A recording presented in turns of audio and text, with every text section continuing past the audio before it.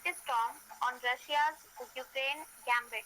Russia Ukraine के बीच में जो रेट ऑफ जो इंटरेस्ट का गेम चल रहा है, अभी लड़ाई चल रहा है, वो एक परफेक्ट लहर है इस नजरिए से कि इंडिया की इकोनॉमिक पॉलिसी उससे डिटरमाइन होगी कि किस तरह से इकोनॉमिक ग्रोथ चलेगा इंडिया का, क्योंकि ये जो लड़ाई है रशिया यूक्रेन की, उसके कारण इंडिया के इकोनॉमी पे काफी फर्क पड़ रहा है।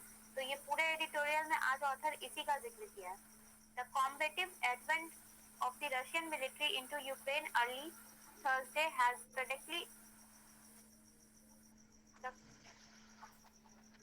the combative advent of the Russian military into Ukraine early Thursday has predictably spooked markets across all asset classes the mm, the world over. अनुराग बीच में रुक जाइए, वो फंस जा रहा है फिर।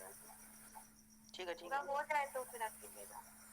रशिया मिलिट्री जो यूक्रेन में थर्सडे मॉर्निंग अटैक किया है डायरेक्टली, उससे इंडियन मार्केट में पूरी हलचल मच गई है, पूरी तरह से मार्केट में गिरावट आया। और ये सिर्फ इंडिया में ही नहीं, पूरे वर्ल्ड, ऑल ओवर वर्ल्ड में ये चीज हुआ है। All prices surged to an 8-year high of around $105 a barrel. The stock market stumbled with the Indian bourses crashing nearly 5% on Thursday and the rupee dipping perilously close to the 76 to a dollar mark. All over इस लड़ाई के कारण oil की price hike हो गई है, जो कि 8 साल के अंतर्गत 8 साल के टॉप हाई में चल रहा है, जो कि 105 डॉलर का एक बैरल है। और स्टॉक मार्केट में देखा जाए तो इंडियन मार्केट तो पूरी तरह से क्रैश कर गया था थर्सडे को, नियरली 5% का गिरावट था। और जो रुपी था, वो रुपी में भी बहुत खतरनाक तरह से गिरावट आया और डॉलर और 1 rupee is equal to 76 dollar को मार्क किया थर्सडे को। The flight to safety amid all this mayhem propped up India's favorite yellow metal to a 15-month high। और इन सबके बीच में जो इंडिया का फेवरेट येलो मेटल यानी कि गोल्ड है, वो भी 15-month हाई पे चल रहा है। Domestic stock indices that have already been witnessing tumultuous swings in recent weeks as global inflation flared up and the US Federal Reserve signaled faster throttling of easy money liquidity did pair some of these initial losses on Friday. Domestic stocks जो हमारे commodities market है, उसमें देखा जाए तो कुछ हफ्ते पहले से ही बहुत अच्छी तरीके की स्विंग्स थी, मतलब कभी ऊपर कभी नीचे सडन वीक, जो कि बहुत ही कंफ्यूजिंग थी। और साथ में यूएस फेडरल रिजर्व का जो सिग्नल आ गया, जिसमें कि लिक्विडिटी को लेके एक कमिटमेंट आ गया, उससे फ्राइडे के स्टार्टिंग में भी काफी लॉसेस झेलना पड़ा है। But multi-layered uncertainty will keep investor nerves on edge, as will the diplomatic fallout of how the UNSC decides to tackle Russia in its vote with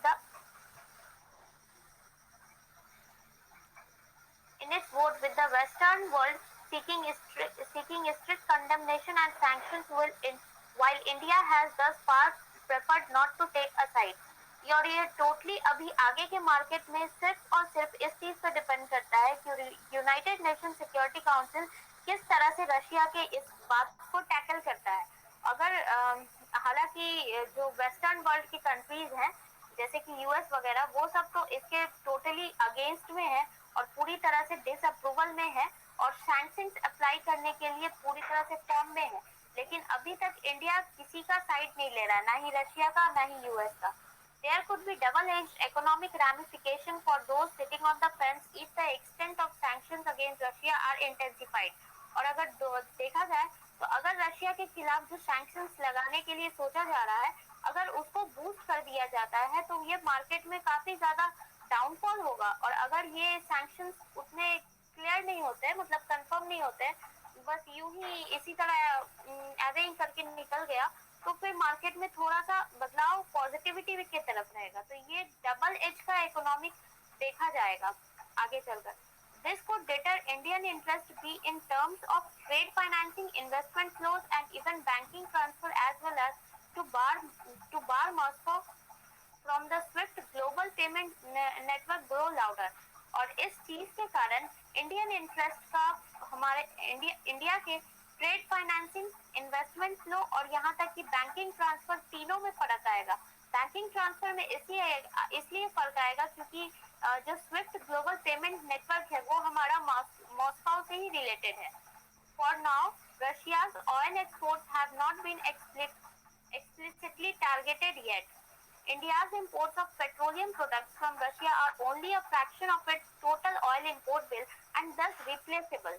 अभी जो क्रूड ऑयल का भाव जो बढ़ते जा रहा है वो सिर्फ रशिया के ही कारण है, क्योंकि मैक्सिमम ऑयल एक्सपोर्ट रशिया ही करता है, और इंडिया जो इंपोर्ट करता है पेट्रोलियम प्रोडक्ट रशिया से वो सिर्फ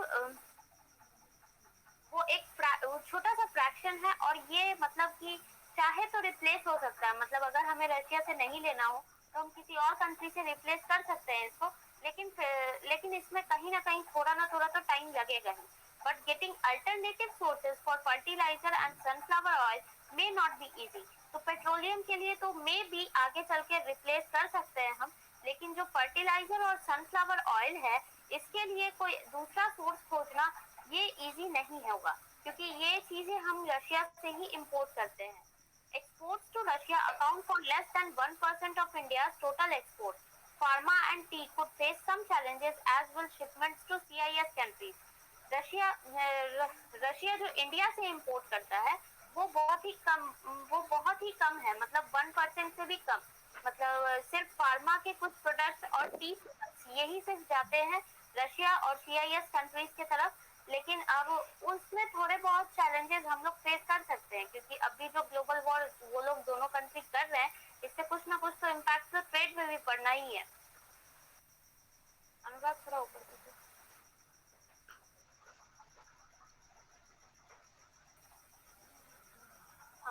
freight rate hikes could make overall exports less competitive too, but it is the indirect impact on the trade account that is more worrying.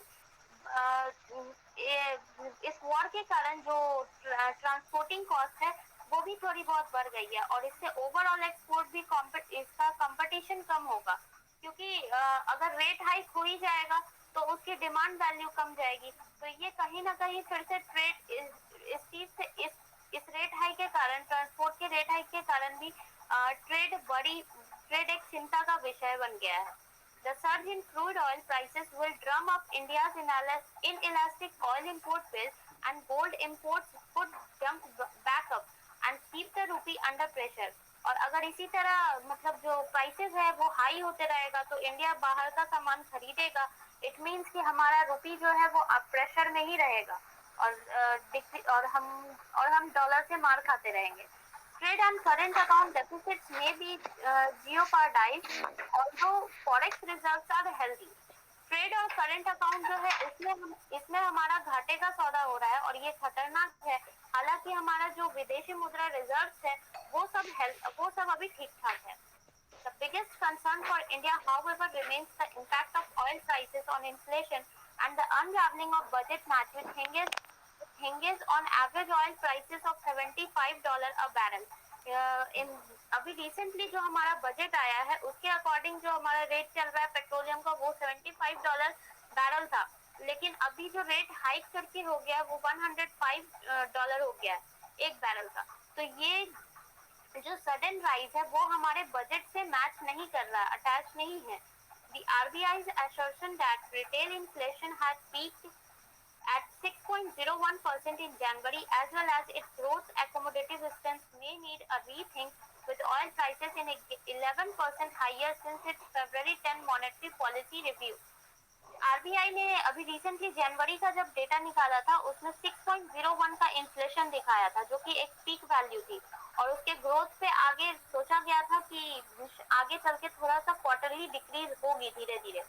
लेकिन अभी जो ऑयल प्राइस है 10 फरवरी जो मॉनेटरी पॉलिसी हुआ है उसी बीच में ही हमारा जो ऑयल प्राइस है वो फिर से 11% हाई हो चुका है। तो अभी शायद इस पे फिर से विचार करने का कुछ मतलब इस पे कुछ सोचा जा रहा है कि हमें फिर से कुछ सोचना पड़ेगा। On the fiscal side, the government,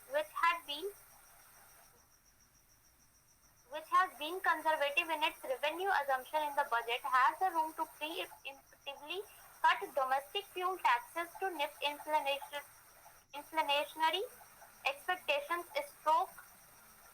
stroke faltering consumption levels, and sustain India's fragile post-COVID recovery through this global trend. अभी जो ग्लोबल मूव है, अगर इस पे इंडिया मतलब ये ऑथर बस एक सजेशन दे रहा है कि अगर इंडिया अपने बजट के अकॉर्डिंग चले और जो अभी ऑयल प्राइस वो हाई होते जा रहा है, तो अगर वो इंडिया में जो बाकी पब्लिक्स को देगा, इंडियन पब्लिक्स को, तो वहां पे डोमेस्टिक टैक्स है फ्यूल पे, अगर उसको कट कर दिया जाए, थोड़ा कम ही रखे टैक्स को, बहुत ही नॉमिनल रखे, तो इस चीज से ये हो सकता है कि जो इंडिया का पोस्ट कोविड-19 से रिकवर करने के लिए ये थोड़ा अच्छा रहेगा।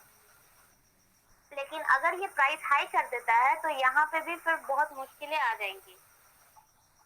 और इसी तरह से हमारे रशिया यूक्रेन के लड़ाई से इंडियन इकोनॉमिक पॉलिसी पर काफी फर्क पड़ रहा है।